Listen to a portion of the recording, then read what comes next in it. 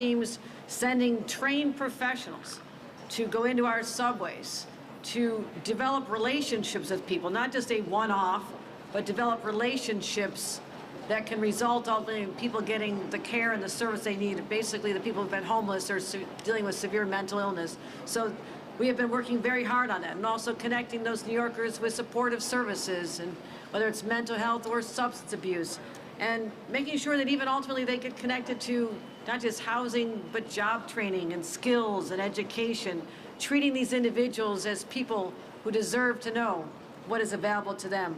And already, since we launched this, we've helped over 650 individuals, formerly unhoused, high-need New Yorkers, connect with critical intervention services.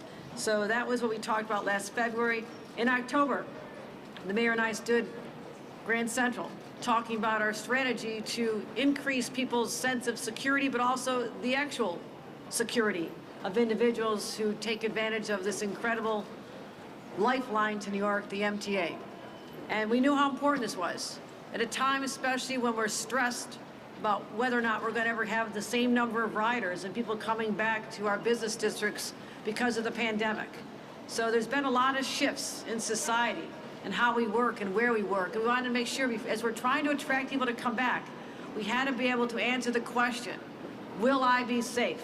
Is my child safe going to school on the set? We had to answer that with a resounding yes. And that is why we came together to announce our Cops, Cameras, and Care initiative just in October. And what that was all about was, first of all, boosting the police presence. People feel better. Just like I did as I came down on the number 4 train, I can't tell you how many times I heard someone say, if you need assistance, there's a police officer on the platform, in the mezzanine. And I'm looking around me, of course, I was surrounded by a few more police than usual, but I want people to have that sense that if you need help, it's there. But also, if you're someone looking to do harm to somebody, that's a powerful deterrent when you know there's a police officer right either in the train, the platform, and the mezzanine. So that was an important part of it, beefing up our police forces, bringing in our resources from MTA Transit, but also assisting the mayor to be able to add more people to his team as well. We talked about the need to have cameras. We've been aggressively installing more and more cameras on an expedited timetable. I wanted to go faster and make sure that that we have information available if we do need to solve a crime. And again, another deterrent if you know that what you're doing to hurt someone else or cause a problem is going to be captured on camera. Also, as I mentioned, we launched what we call the Transition to Home initiative, where we had a new treatment program for inpatient care for those experiencing serious mental illness as part of our care program, and also making sure we have training. Now, this is important. Training for our clinicians, law enforcement professionals, also the MTA workers who come in contact with, so they know what the rights of individuals are and help the people who are unhoused deal with mental illness. And again, I want to thank the Office of Mental Health for leading the trainings. Again, you would assume they know, but don't assume that. You have to have a training program so everyone who comes in contact with our passengers knows how to respond in a situation where it's required. So we've been making progress. We've been making real progress. Now, we'll stand here, we'll say we're never finished. As long as there's any crime being committed, we will never say mission accomplished. Those words will never come from our lips. But today's an opportunity to give a progress report. And we're going to continue doing this. We're going to keep being honest with you, letting you know when we see data that says things are heading in a wrong direction. We'll talk about that when our next strategy is. But when things are improving, that's something we also want to make sure it gets out to the general public. So we have seen a 16% drop in subway crime. We have some charts that you can look at. That's just since the beginning of October from the previous year.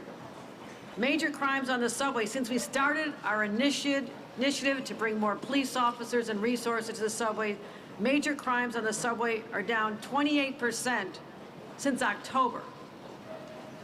That's not over a year. That's just in a very short time, showing the success of when you work together, pool our resources, city and state, approach this in a collaborative way where we bring all of our resources and start making a difference. So regardless of our seasonal trends, that's very encouraging. Major crimes are down 16%, as I said, but also the crimes per million riders. This is what's interesting.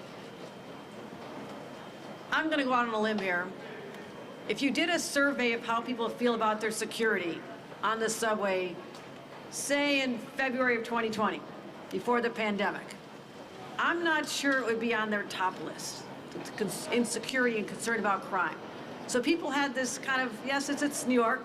It's not always perfect or an imperfect place sometimes, but I don't think it was that same level of anxiety that has occurred during the pandemic. When you think about it, there were fewer riders, fewer people with jobs, more people that may have been doing harm to those who were on the subways during that time. So that was kind of an unusual time frame.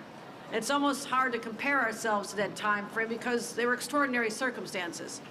But what we want to talk about is before the pandemic, there were 1.5 million crimes per 1 million riders. Or 1.5, not 1.5 crimes. All right, let me restart that. I would never come on if it was 1.5 million crimes per 1 million riders. The governor stands corrected. 1.5 crimes, 1.5 crimes per million riders. At the height of the pandemic, it went up exponentially. 2.8 crimes per million. Now that's when people are getting anxious. You read about it, you saw it in the news, you may have experienced it personally. In 2021, things getting a little bit better, not great, 2.3 crimes per million riders, and that was roughly the same as what it was through 2022. So when we judge ourselves, let's look at the pre-pandemic numbers. Again, before the pandemic, 1.5 crimes per million riders. Today, year to date, it is 1.7 crimes per million riders. Now, we're not exactly where we were, but that is an amazing trend. That is a trend that we can feel good about as long as that continues to hold. We're also seeing some of the lowest strong start of the subway safety in history. We started collecting the data back in 1993. We're starting to share this information. So thus far, we're just wrapping up January now, but even the January data we see, it's the lowest level of transit crime during a month of January since we started collecting data many, many decades ago. So, despite all these facts, I can't tell New Yorkers they should feel safe. I'm not going to even do that. But the data is showing that New Yorkers are telling us they feel safer. And that's what I'm going to pay attention to. According to our December MTA customer satisfaction survey, and again, thank you, Jano, and I spoke to the member of your team who conduct these surveys, asking people how they feel and what their thoughts are and how we can improve is how we get better. So let's talk about how they felt during this survey, just basically the month of November. The number of New Yorkers who overall feel safe or very safe went up 18% in a very short time. We just started this initiatives back in October. By November, people's attitudes were up almost 20% compared to the previous month. That's the highest jump we've seen since we started taking the surveys. And it builds on the fact that we have more riders. We reached another milestone, December 27th, 1 billion riders, 1 billion riders. And my train was crowded. That's a Friday, right? All the story, everybody's staying home on Fridays, they seem to be coming back. I had to stand, but that's okay. So we've had a robust year of ridership. Riders are coming back. We're making a difference, helping New Yorkers be safer and feel safer. And again, we're going to continue applying the lessons we learned. You heard about what I spoke about mental health. $1 billion investment, first time ever, the most aggressive approach the state of New York has taken to dealing with the issue of mental health since the deinstitutionalization of the 1970s. We are leaning hard on this. And again, I thank Commissioner Sullivan. We're going to have more services, more places for take people when they need a hospital bed because we have a shortage there. But when they leave there, don't just say go back out to the streets, good luck to you, God bless you. That doesn't work. It has to be staying in contact with people. Are you able to get the therapy? Are you going to get services? Do you have a place to live? That's how we start making a real difference in this challenge. So it's all about adding 3,200 new homes, new beds, 1,000 beds, and that's going to be more beds than we had before. So, Mayor, I'll let you take it away, but this is a good day. Yes, it is. It's a good day. And I don't know that we'll ever stand here and say crime is gone, but this is New York. It's vibrant. It feels much better than it did a year ago, even in the month of October. There's this greater sense of security. Again, not my words, but but the words of our valued riders. So thank you very much for reporting this. And Mayor Adams, again, incredible partnership. Together, we're going to keep making a difference, not just for our riders, but for the people of New York City. Thank you. Thank you. Thank you so much, Governor. Thank you. I just want to thank all of our partners, the governor, the commissioner, the MTA, Jano, and really our team down here in the subway system. And the governor's right. We stood here with a real plan. And I remember the first 3 days in office, people were saying, why hasn't crime turned around on the subway system? You know, what is taking you so long? January 3rd, these were the questions we were getting. A system where people were coming through the traumatization of COVID. The crime was real. Right here, we talked about a person living under the stairs that was just allowed to live in the system. We saw encampments. We saw people living in the tunnel area. We saw a large volume of individuals who were dealing with severe mental health illnesses that was really being ignored. We came in with a real plan, a real combination, and we rolled it out in layers. Every step of the way, we did an examination. Are we successful? What do we need to do? How do we pivot? How do we shift? We had over 1 million inspections of our subway system last year. I think that is the highest in recorded history, where we told our officers who were assigned to the Patrol Bureau that you are not going to ignore the transit system that's within your precinct location. We no longer was a disjointed silo police department. We utilized all of our assets to go in and deal with the issue of crime. And I say it over and over again, and we take criticism for it, but it is actual. Crime is actually the number, and is how people feel. We did not ignore what people were feeling. People felt unsafe in our system. And it does me no good to say we have 3.9 million riders. We had 1 billion people that rode our system last year. But we have 3.9 million daily riders, an average of 6 crimes a day. It didn't matter if those numbers were there. The reality was that people said they felt unsafe. So we had to have a dual approach. We had to deal with how people felt, and we had to deal with the actual 6 crimes, felony crimes we were having on average a day. And that was our dual approach.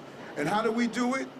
We said to our police officers, we're going to give you the equipment, the leadership, and our officers were going to have a real visible presence, because nothing makes you feel better when you are in the system or up top than seeing that uniform officer.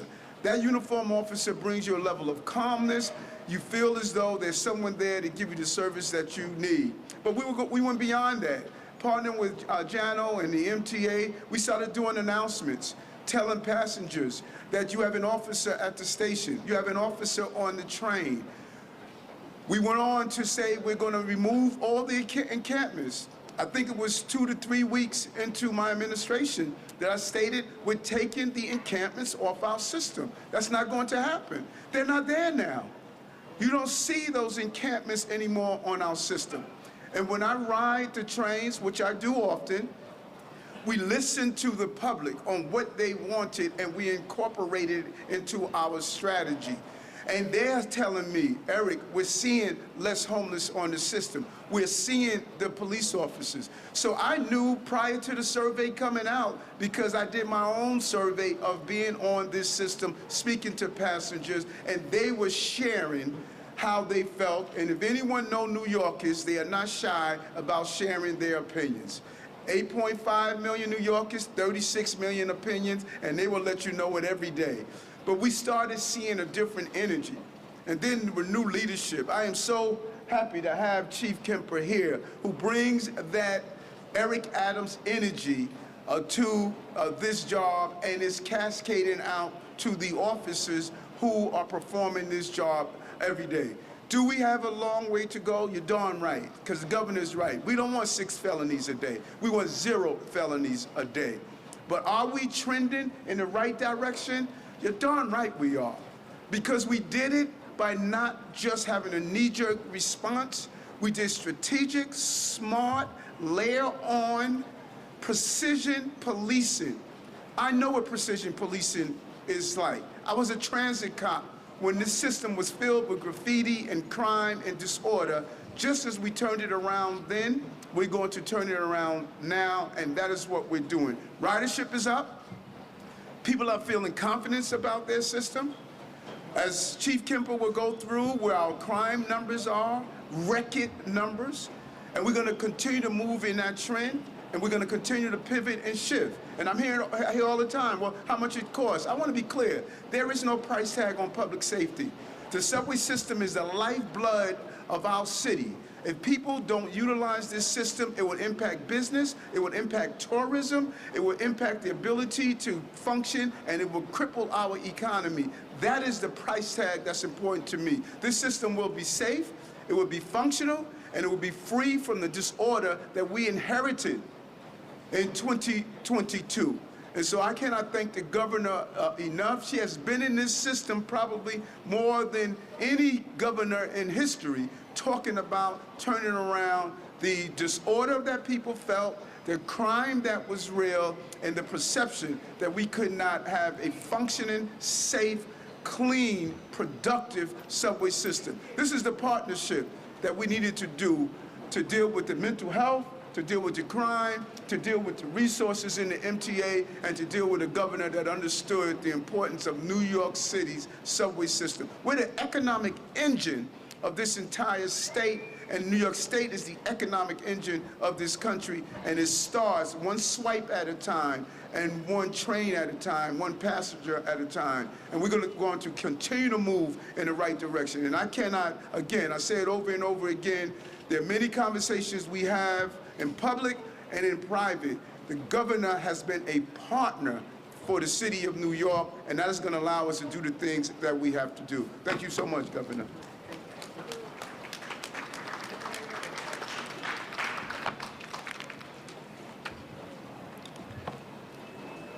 Mayor, Governor, Chairman Leva, Commissioner, to all, good morning.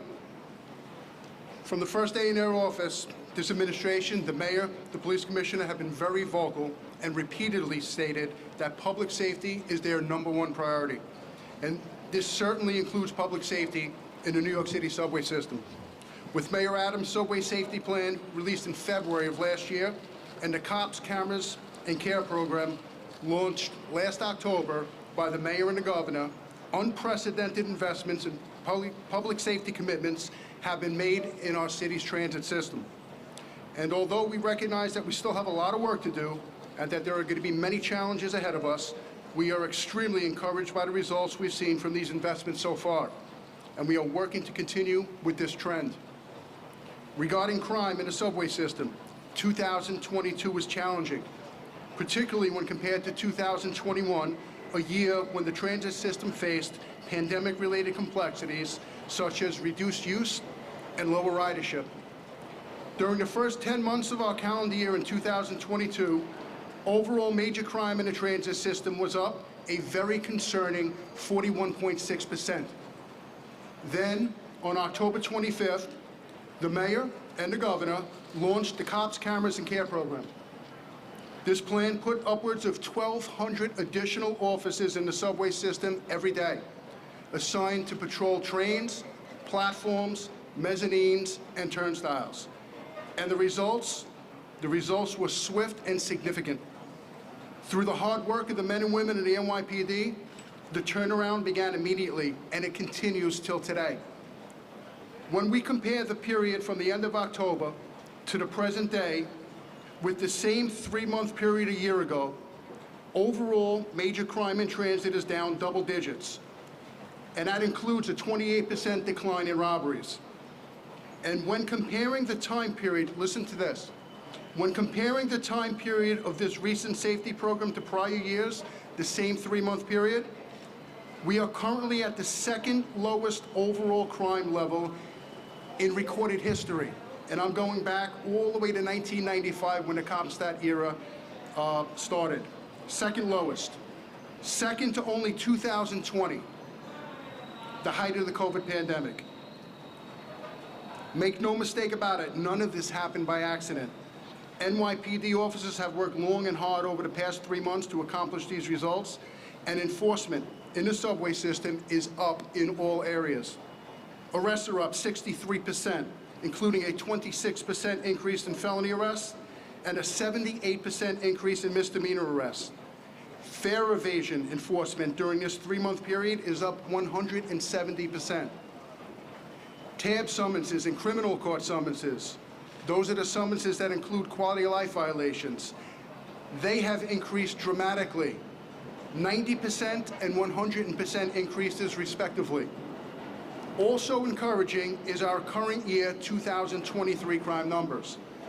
As of this morning, and although we're only a little over 3 weeks into the new year, but for these little over 3 weeks into the new year, overall major crime in the subway system is down 31% versus last year. With arrests this year alone for the first 3 weeks, arrests are up 97%, tab summonses up 91%, criminal court summonses up 150%. I'd say that's a very good start to the new year. In addition to fighting crime in the subway system, NYPD cops have done so much more. From jumping on the tracks to save people, to saving overdose victims, to rendering aid to people in need, or to offering someone a level of comfort and safety through just their visible presence. Your cops stepped up to every challenge that came their way, and they're going to continue to do so. It's what they do. Again, we know we still have a lot to do to be where we want to get to, but at the same time, we are encouraged by the initial results, and we are very proud of the hard work of our cops. I want to thank the MTA chairman, John Oliva, and his team at the MTA for their continued partnership in these efforts. And most of all, I want to thank our department's greatest assets, our cops, for doing what they do each and every day. The greatest cops in the world. Thank you.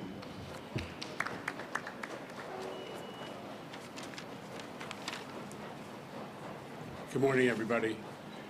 Governor Hochul, Mayor Adams, thank you for being here, as you have been so many times in the past. But thank you for stepping up again and again and again for the MTA, and more important, for New York's riders. That has been a hallmark of your leadership. Chief Kempner, you've already made a difference, and we're thrilled to be working with you. You've heard a lot of stats today, but there are two that I follow. Ridership, up this month 35%, crime down 31%. That's the month of January. These are the metrics that we track most closely.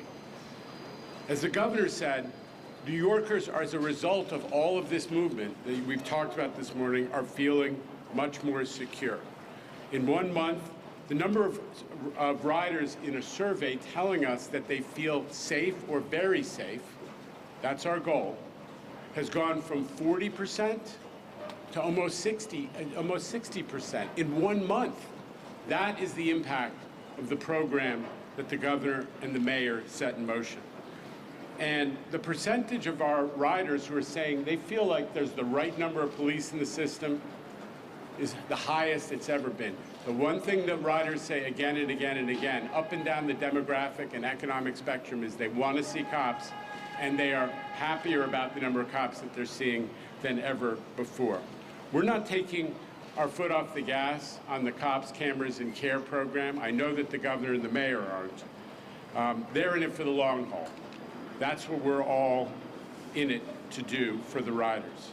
I got to thank the transit workforce, who is essential, not just to running the subways, but to creating this environment of safety and orderliness and service that we're all shooting for. Got to thank the conductors who are making those announcements and letting people know there's a cop on the platform if you have an issue. And the few crimes that continue to take place, because we see the reports every day. Every day, we're seeing more and more immediate apprehensions because there are cops on the platform. Someone's stupid enough to try to snitch a phone from a sleeping passenger, cops on platforms, arrest made. It's really, really a change. I also have to acknowledge my brother, Rich Davey, who runs New York City Transit. Rich has arranged with our labor partners to get the station agents out of the booths, which is going to enable them to be much more interactive with passengers, to give directions, all kinds of customer assistance, but it's also a safety improvement because now they're going to be able to be eyes and ears across an entire station, not just for what they can see from behind the glass booth. A very human presence is being added to the equation in our system. And then there's the robust cameras program. As the governor said, we are adding cameras throughout the trains as well as in the subway system. And Chief Kempner and I were talking about the fact that the police department is apprehending everybody almost immediately because of the access to the video that comes from the subway system. It's a huge partnership between MTA and NYPD that's really part of the success that we're achieving. And that's because we want everybody to know, with all due respect, commit a crime against our riders in the transit system, you're going to be photographed and you're going to be arrested. And that message is getting across. Lots more to accomplish. We have to keep up the good work, but we're never going to stop fighting for New York's riders. And under the leadership of this governor and this mayor, we're achieving unbelievable results. Thank you.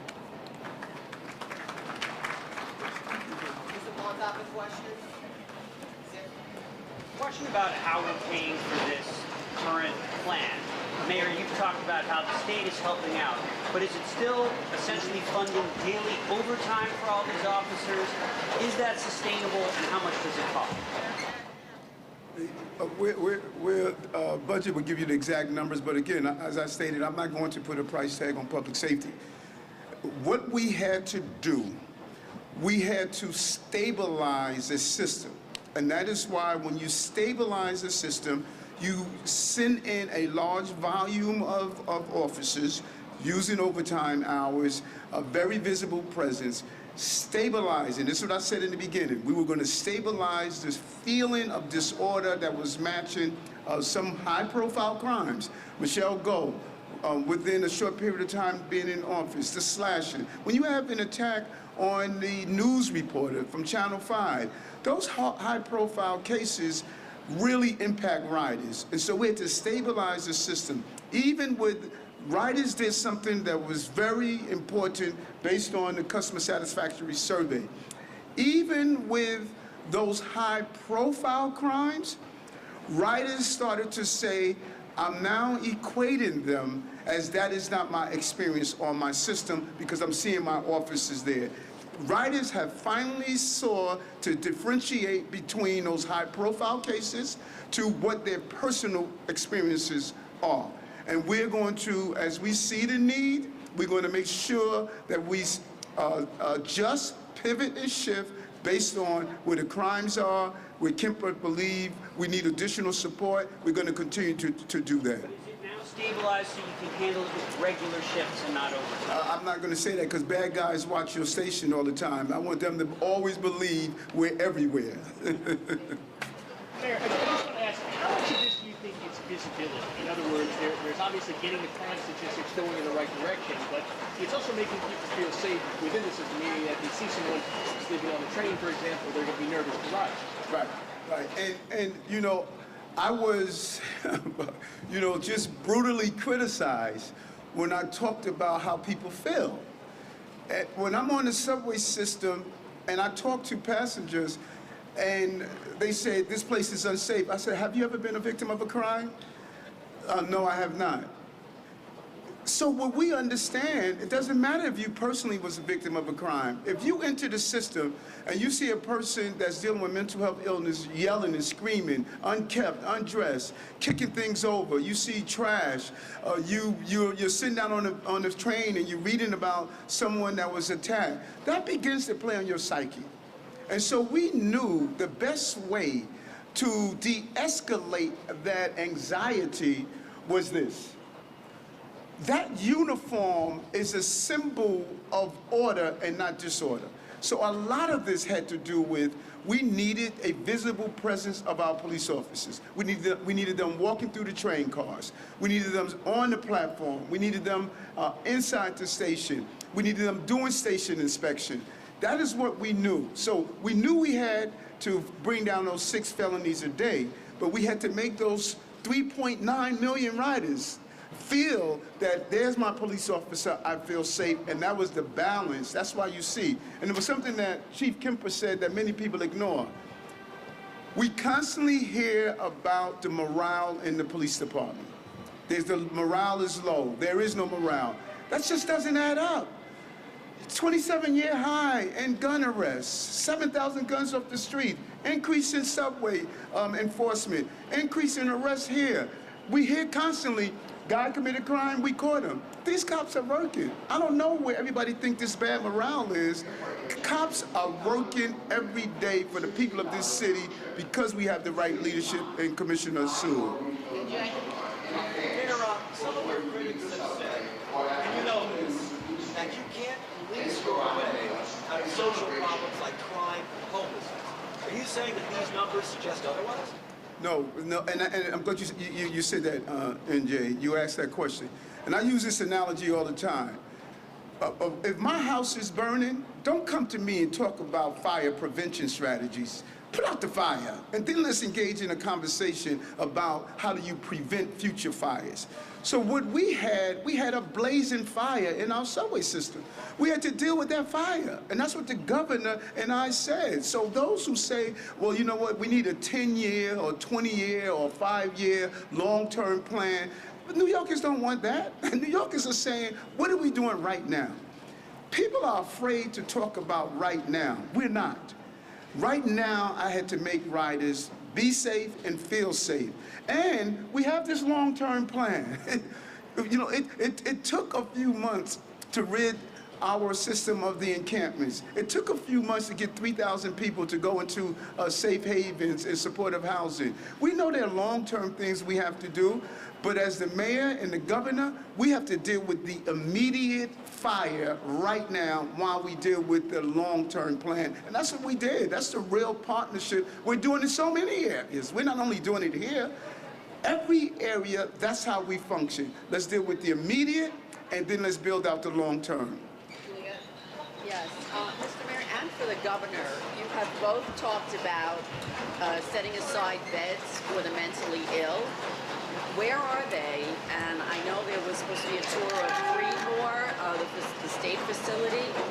Who's going to be housed there, and will they be coming from the subway system? Well, many will, but the problem we've had is when our SOS teams identify someone in need of help, escort them to a hospital, anticipating that they'll get an evaluation and possibly admitted, and there's not enough beds, it doesn't work. It breaks down right then and there. So what we said last year, and I'll tell you I was not thrilled with the results, we told the hospitals, during the pandemic, you took a lot of mental health beds, psychiatric beds offline because of COVID. Understood that. But we don't have that demand for beds, and we've not had it for a long time. So where are the psychiatric beds? Psychiatric beds cost more. Trained psychiatric nurses, doctors. So there's less of a return on that bed financially if it's a psychiatric bed. So I was aware of this last year. So I said, all right, what I can do is help give you a greater reimbursement from Medicaid and state assistance for you to do that. So now hospitals, you no longer have a disincentive financially. So open up the beds. Our analysis shows that we've not had the success. We're still down beds. So this year in my State of the State, I talked about we'll continue that increase of reimbursement, but there's going to be consequences. There's consequences, and I'll let the commissioner talk about our overall strategy. But again, when someone does get that care in a hospital, we're going to hold their hand through the system, and that's where we've lost too many.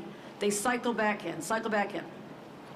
We have to build 3,200, 3,500 supportive residential homes. That takes a little bit of time. 1,000 more beds to come online, and I want them like this, and we're on top of this. But also, stay engaged Does this person are they getting their medication? Are they having remote conversations with a therapist or a mental health professional? Are they showing up for the job training program that we led them to? That's how you keep the whole person from ending up back here again. We've not been successful at that in the past. That is what we've leaned into with $1 billion state investment, the largest in our state's history, finally acknowledging there is a role, a serious role for all of us as a city, a state, and a community to make sure that we address this concern, because it has many ripple effects, not just for that individual, but also that sense of anxiety that they could harm another individual, whether it's here on the street. Commissioner, did I miss anything on that? Okay. Danielle? Hi, just on the topic of public safety today, what are the city's plans for the Memphis video release? Are you gearing up for any protests? And Mr. Mayor, do you have any message for the people? The anticipated Memphis release of the tape impacted me professionally and personally. I advocated for years during my time in 100 Blacks in Law Enforcement Who Care, and as a civil rights activist as well, to see what is reported that 5 African American officers are involved in this just really hurt me personally, because it was always my belief that diversifying our departments with different ethnic groups would allow us to have the level of policing that we all deserve. I have not seen the video. I am going to watch the video, but my heart goes out to the family that's involved. I think the Memphis police chief responded swiftly, and I believe that New Yorkers should have the right to peacefully voice their concern over if the video is what we anticipated to be. But it's a personal and professional painful moment for me as a victim of police abuse as a child. I know the impact of it, and I know that the years I've spent recruiting, encouraging different groups to be part of the noble profession of policing, and what it appears is that these officers tarnish much of the work that many of us attempted to accomplish. Question, Morgan. But a little bit more on that, I apologize. Is the city planning to potentially ramp up police presence, in anticipation of possibly any protests? This police department is the best at responding to any forms of protest, holding major events. The police commissioner has been sitting down with the team and putting the proper strategies in place to make sure that people can peacefully voice their concerns. This police department knows how to respond to these incidents better than any police department on the globe. And my briefing this morning with the police commissioner, and I'm going to do a briefing this afternoon with our team, they are fully prepared to allow New Yorkers to peacefully voice their concerns based on what's the outcome. I have not seen the video. I'm not sure of what is on it, but from the reports we're receiving, that these officers appear to have violated the law. Thank you all. Just on the state level as well, the New York State Police are prepared to respond to any incidences. But again, I will ask everyone to heed the words of Tyree Nichols' mother on behalf of her family and his 4-year-old child. Pete, if you're going to protest, please do so peacefully in her son's memory. And so that's something we all need to take to heart. How much has the state spent so far helping the city with overtime costs on the subway? Address system. Testing 1, 2, 3, 4, 5. This concludes it. 62 million. Public address system. 62 million and a quarter. Current a revenue source for that spending? Again, we're assessing the data. Trends are much improved, but we want to make sure that we continue to be a good partner to the mayor. So much more will be reviewed in our budget in the next couple of days. Governor, Thank you you all. spoke about Thank you. Governor, you spoke about consequences for hospitals for not bringing the beds back. What are those? Governor? The commissioner can answer that. We'll get that answer first. She'll tell you what they're doing at the hospitals. Thanks, everybody.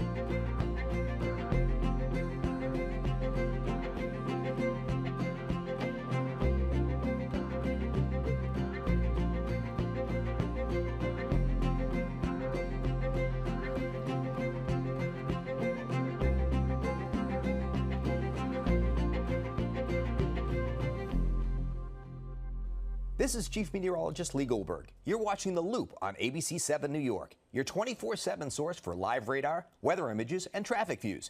We invite you to scan the QR code on your screen for all the day's top stories and videos, and we'll see you throughout the day on Eyewitness News.